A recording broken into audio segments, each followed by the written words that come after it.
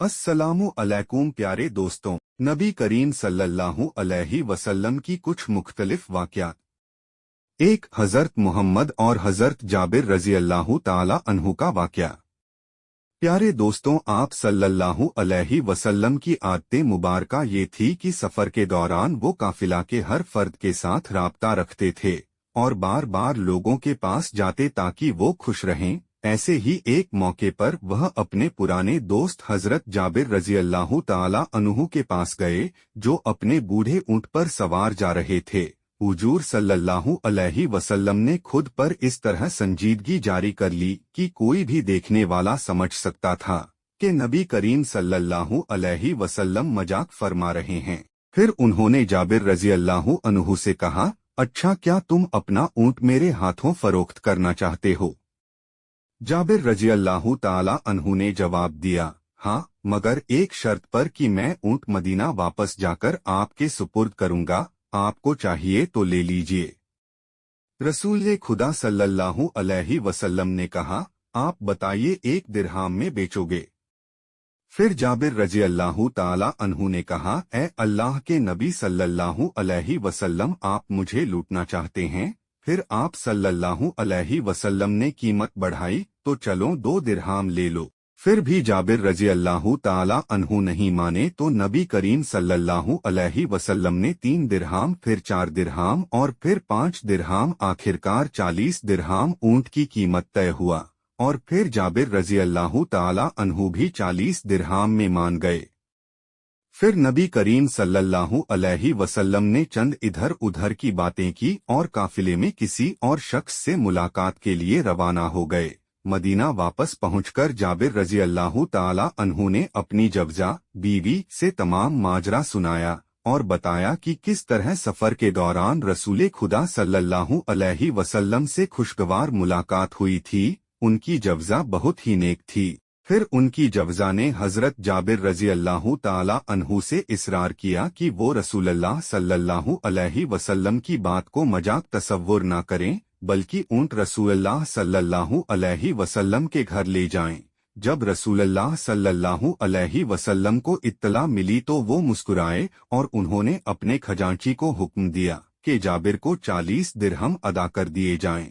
रसूलुल्लाह सल्लल्लाहु अलैहि वसल्लम ने वो ऊंट भी बतौर तोहफा दोबारा जाबिर रज़ी अल्लाह ताला अन्हु के हवाले कर दिया। ये ऊंट उसके बाद भी कई साल तक हजरत जाबिर रज़ी अल्लाह ताला अन्हु के पास रहा।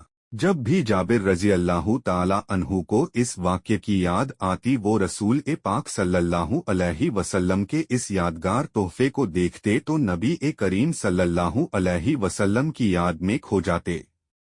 2 हज़रत मोहम्मद और जानवरों से सफ़कत। प्यारे दोस्तों, अल्लाह के नबी सल्लल्लाहु अलैहि वसल्लम जानवरों पर भी बड़ी शफ़क़त फरमाते। एक रोज़ हजूर नबी करीम सल्लल्लाहु अलैहि वसल्लम फौजी दस्ते की मैयत में जा रहे थे कि एक सहाबी हजूर सल्लल्लाहु अलैहि वसल्लम के पास किसी परिंदे के चंद छोटे छोटे बच्चों को लाएं। उनकी माँ भी साथ थी। रसूल खुदा सल्लल्लाहु अलैहि वसल्लम ने उससे पूछा तो सहाबी ने बताया, मैंने इन बच्चों को एक घोंसले में देखा। जैसे ही मैं इनके करीब गया, इनकी माँ परवास कर गई। मैंने तमाम बच्चों को अपने रुमाल में लपेट लिया।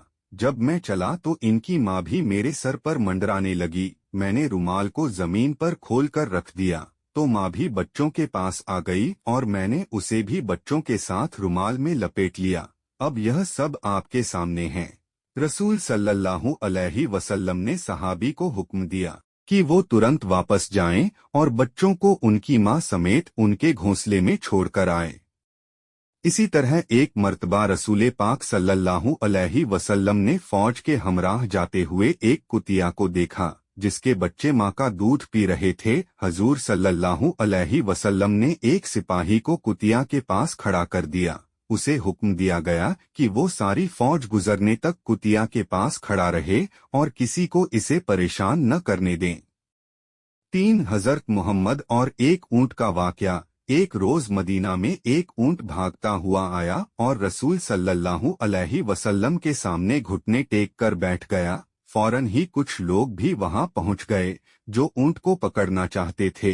रसूल ए खुदा सल्लल्लाहु अलैहि वसल्लम ने उनसे माजरा पूछा तो उन्होंने बताया कि ऊंट बहुत बूढ़ा हो गया है और अब वो कुएं से पानी खींचने का काम नहीं कर सकता, चुनाचे अब हम इसे जिबाह करना चाहते हैं।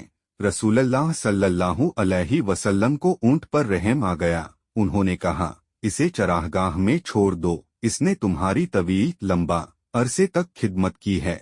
ऊंट के मालिक रसूलल्लाह सल्लल्लाहु अलैहि वसल्लम की बात से मुत्फिक हो गए और ऊंट को वापस ले गए।